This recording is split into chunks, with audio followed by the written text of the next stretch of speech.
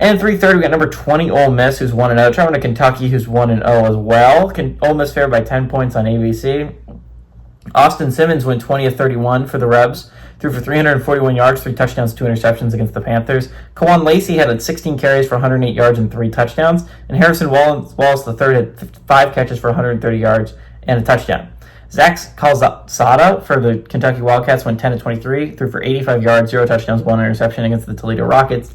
Dante Dowdle had 14 carries for 129 yards and a touchdown. And Josh Caddis had 3 catches for 43 yards. Ole Miss is 30-15 against Kentucky all time. Last game did go to Kentucky, obviously, in 2024 that we all remember because it ended up keeping Ole Miss out of the college football playoffs, which was really funny. The host has won 3 of the last 4 times these two teams have played.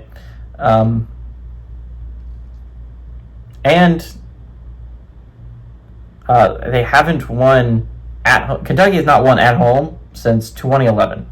So, again, this is a really interesting game from a perspective of revenge, right? Ole Miss is a team that's kind of like a dark horse in the SEC. I mean, they're obviously ranked, but as dark horse as you can get in the SEC, because almost everyone is ranked, right? Outside of Missouri and Auburn, it's hard to pick a team that you feel like you could legitimately win the SEC that's not already in the top 25.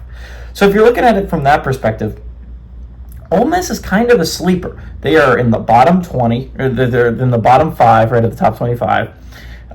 This is not a team that a lot of people expect to be very good this year, but they looked awesome offensively against Georgia State, to be sure, but they looked really awesome offensively. Austin Simmons looked good, although his 2 interceptions could end up costing him.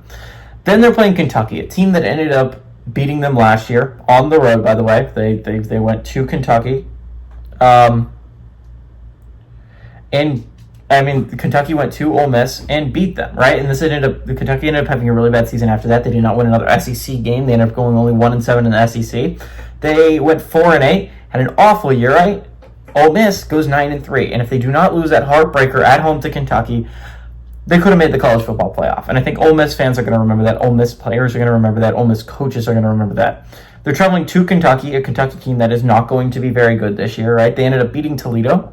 A solid victory, but Zach Calzada, the starting quarterback, looked bad. He did. He looked really bad. Again, throwing for only 85 yards against a group of 5 defense is just not good enough when you're expecting to beat a team like Ole Miss. I don't understand why it's only 10 points here. I understand you get 3 points for being at home. That means they think Ole Miss is only better than Kentucky by 13 points. I just don't believe that to be true. I think Ole Miss is leagues better than Kentucky. I don't expect this to be a very good game, although this is the game of the window, probably. This is probably going to be the best game, so get ready for a 3:30 snooze fest.